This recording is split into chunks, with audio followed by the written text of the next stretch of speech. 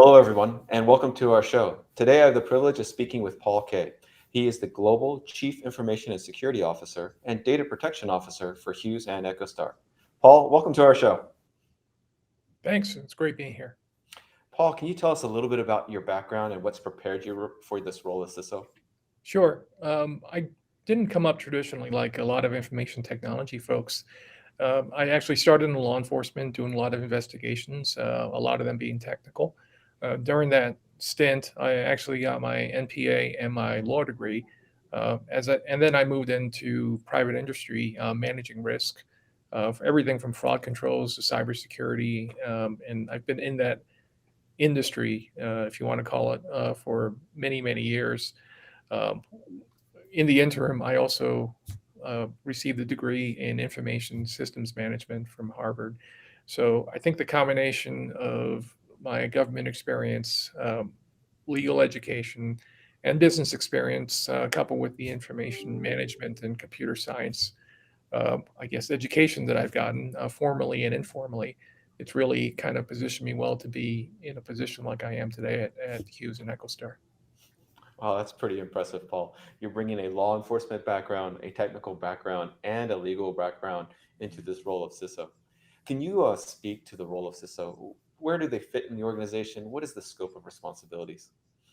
Sure. Well, we're strategic risk managers, and we really ride the line between strategy and tactical. And I'll speak first to tactical. What I mean by that is we manage the day-to-day protection of all of our global networks, either on the customer-facing side or the internal corporate network, to make sure the business continues.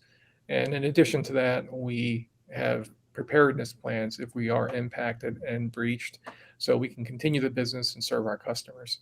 On the strategic side, what we do is we look at all the verticals that line up to go up to the overall company strategy, and we like to cut a horizontal across it to create that environment where there's good security hygiene and good controls for prevention, reaction, and mitigation uh, of the business, so the business can move forward. That's pretty critical to understand. You sit between the strategic and the tactical. Can you speak to a little bit of how your thinking about cybersecurity has evolved over the years? Sure. Well, cybersecurity hasn't been around a long time. Frankly, it's probably 20 years, and in the past 10 years, it's become more and more important. I think these days you can't open up a newspaper without reading about another cybersecurity attack. It really is an integral part of the business. But when it first came around, it really was viewed more as a technology problem. These days, we really need to view it more as a business problem. If we just look at it as a technical problem that IT can solve, it's not really going to help the business out.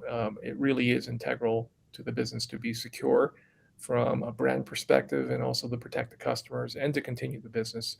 So it really has evolved into what I consider a business problem with technical foundations underneath. A business problem with technical foundations underneath. We often talk about cybersecurity as the cost of doing business. Can you speak a little bit to what's at risk? Sure. Well, I'll give you a good analogy. Would you ever buy a car without seatbelts or airbags these days?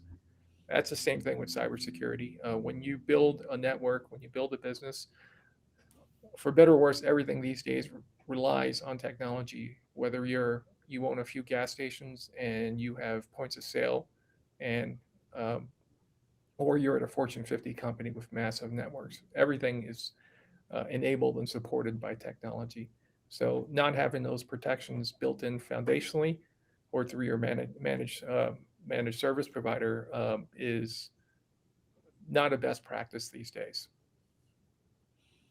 When we think about cybersecurity, it's often kind of like a black hole in terms of just you just continue to invest and invest and invest.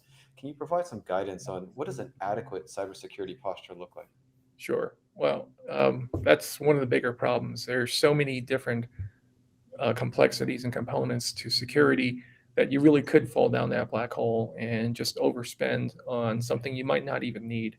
So, really, what you need to do is be more strategic and risk rank what you feel are the things that would really stop your business, hurt your customers, or overall just create damage to the brand and the business. Once you have that risk rank, you can attack those things that you know are most dire to the business, and then go down from there and scale down or scale up as needed.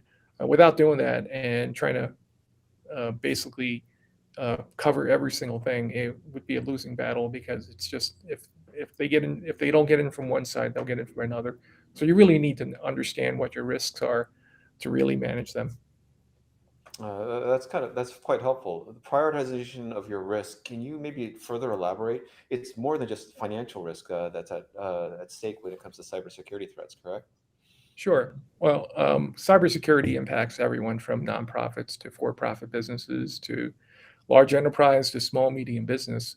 So while the financial piece is obviously very, very, very important, um, the survival of your business is probably more important in reference to protecting your customers, protecting your products, protecting your brands, and continuing your business.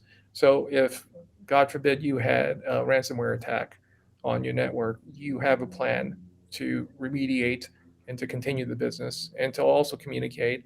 And don't forget, there's a lot of legal ramifications to that too. So preparedness is key for when you have to react to a breach. But at the end of the day, the best thing is to have good security hygiene in the first place. So you hopefully never get there. That preparedness is critical. If we think about, we often will say it's not a matter of if you're going to have a cybersecurity data breach, but more of when. And when that breach happens, you can dramatically reduce your cost implications by just being ready to respond. Is that not correct? Yes, absolutely. I think these days the perspective really is it's not if you're going to be breached, it's Mhm. when you're going to be breached, or actually, we're always breached at a certain level. And really, the game here is to identify, isolate, and mitigate as quickly as you can when something's in the network. So it doesn't lock up, let's say, all of your points of sale or your gas pumps or a network management system critical to the business. So that's really where we're at right now. So you want to make sure that when you're building your network, or either through your own means or through a managed service provider, that they provide good security controls like firewalls, good awareness for your employees so they don't click on things they shouldn't be clicking on. Even more awareness where they shouldn't be reusing logins and passwords on multiple stuff, and good segregation of your network too.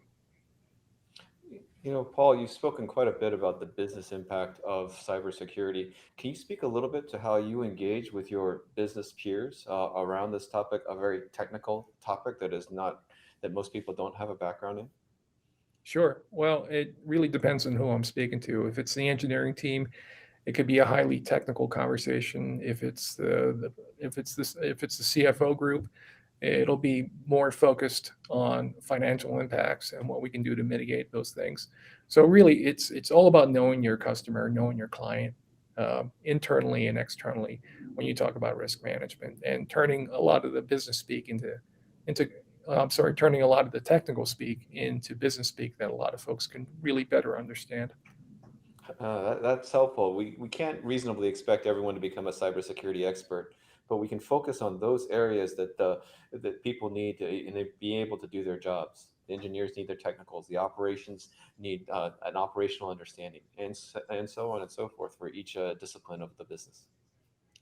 Yes, that's absolutely correct. But one thing we do really, really preach is that everybody owns security. It's everyone's responsibility. If the business unit says, "Well, it's not my responsibility. It's securities or ITs or someone else," um, it's really not a winning game these days. Everybody has to be in the fight, basically. Oh, thank you for that. If we were to take a step back and just kind of look at the markets at large from the small, medium, all the way up to the large enterprise, can you speak a little bit to what you see in terms of the threat? Sure. From my perspective, ransomware is the most consequential threat to any business, whether it's large, small, or medium, just because of what happens when it gets into your network and starts encrypting everything. Your business could literally be shut down until you either remediate with backups if you have any, or You do other things like pay the ransom and hope that they'll give you the decryption key. One of the trends we're definitely seeing is there's been more focus on small and medium businesses. I guess the perspective from the adversary is that they won't have the wherewithal or sophistication to protect their networks as well as, let's say, a larger organization could, and that they'll pay a lot faster because their consequences would be more dire than a large enterprise that has a segment of their business encrypted. So we're seeing those targets come up and down the threat matrix lately. But at the end of the day, again, whether you're a Fortune 50 company or you own 20 gas stations or 20 other retail stores, everybody's susceptible to cybersecurity risk and really needs to pay attention to it. That's a very helpful insight. I mean, so many small, medium businesses will take the position, I only have one or two stores. Why would any hacker want to waste their time on me? And it Yeah, seems like they're failing to realize is it's a level of effort versus the reward. And it's a very small level of effort to go after even a small, medium business.